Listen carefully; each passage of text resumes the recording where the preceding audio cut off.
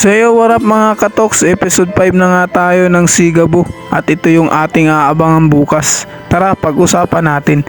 So dito nga mga katoks, hindi nga nagtagumpay si Ricardo sa kanyang binabalak na paalisin yung mga naninirahan sa ginintoang lupa.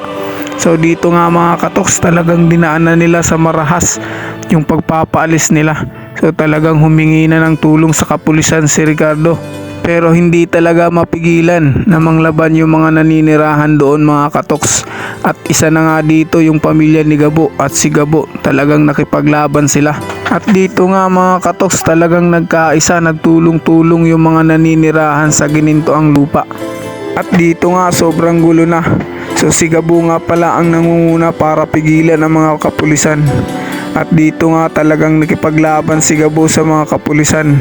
At dito nga sa lakas at tibay ni Gabo, talagang napadesisyon yung mga kapulisan na umatras na lang. Kaya dahil kay Gabo, hindi talaga magtatagumpay yung binabalak ni Ricardo na paalisin yung mga naninirahan sa ginintoang lupa.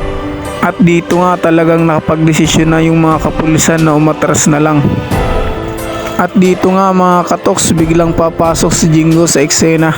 At dito nga mga katoks, parang may masama pang binabalak si Jingo kay Gabo, habang busy at abala si Gabo sa pakikipaglaban sa kapulisan. Kaya ito yung ating aabangan bukas sa episode 5 ng Sigabo. Kaya kung hindi ka pa nakapag-subscribe sa ating YouTube channel, please mag-subscribe ka na at i-hit mo yung notification bell para lagi kang updated sa ating mga i-release na video.